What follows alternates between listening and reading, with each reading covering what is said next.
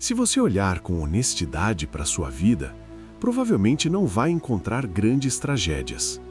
Você trabalha, você paga as contas, você consegue se virar. Mas deixa eu te perguntar algo mais difícil. Isso é viver ou apenas não sofrer? Porque existe uma diferença enorme entre uma vida boa e uma vida confortável demais. A maioria das pessoas não está presa por falta de oportunidade. Está presa porque o desconforto de mudar parece maior do que a dor de continuar igual. E é exatamente por isso que o conforto é a prisão mais eficiente já criada. Conforto não é luxo, não é riqueza, não é prazer constante. Conforto é quando nada dói o suficiente para te obrigar a agir. É um emprego que você não ama, mas tolera. Uma rotina previsível. Um salário que cobre o básico. Um cansaço que você já normalizou. Nada está errado, mas nada está realmente certo. E isso é perigoso. Porque quando algo não dói, o cérebro entende como seguro. O cérebro não busca realização. Ele busca sobrevivência. E conforto comunica exatamente isso. Estamos sobrevivendo. Não mexa. Prisões antigas tinham muros altos, guardas, portões. As modernas têm sofá, série, delivery, entretenimento constante, pequenas recompensas diárias. Você não precisa fugir de uma prisão confortável. Você se acomoda nela. Observe os sinais. Você reclama da vida, mas continua. Você sonha com outra realidade, mas adia. Você diz um dia, há anos. O conforto não te impede, ele te convence.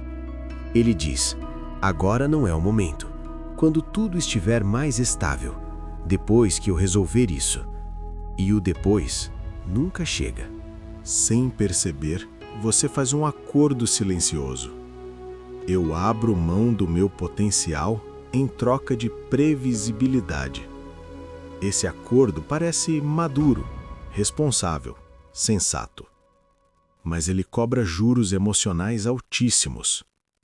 Com o tempo, aparecem frustração silenciosa, sensação de vida incompleta, inveja disfarçada de crítica, cansaço que descanso nenhum resolve.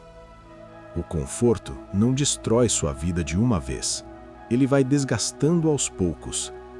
E o mais cruel, ele faz você acreditar que isso é o normal. Esse é um ponto importante. Não são apenas pessoas desinformadas que ficam presas no conforto. Muito pelo contrário. Pessoas inteligentes sabem racionalizar muito bem. Elas criam explicações sofisticadas. Agora não é estratégico. Preciso de mais segurança. Não vale o risco. Mas existe uma linha muito fina entre prudência e medo bem articulado. Quando a lógica serve apenas para justificar inação, ela deixou de ser inteligência. O conforto se disfarça de maturidade, mas muitas vezes é só evitação emocional. O maior perigo não é ficar parado. O maior perigo é se convencer de que isso é suficiente. Quando isso acontece, a ambição vira lembrança, a curiosidade vira rotina. O tempo começa a acelerar. Você acorda um dia e pensa, era para eu estar mais longe. O conforto não grita, ele sussurra, até você aceitar. E quando aceita, ele se torna identidade. Isso não é sobre largar tudo, não é sobre caos, não é sobre irresponsabilidade, é sobre desconforto intencional. Pequenas rupturas conscientes.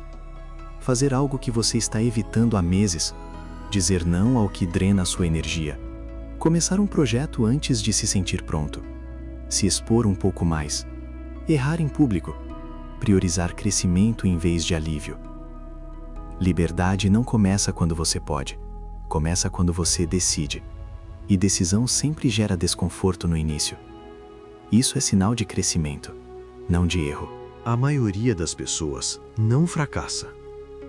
Elas apenas se acomodam. E quando percebem, o tempo já passou.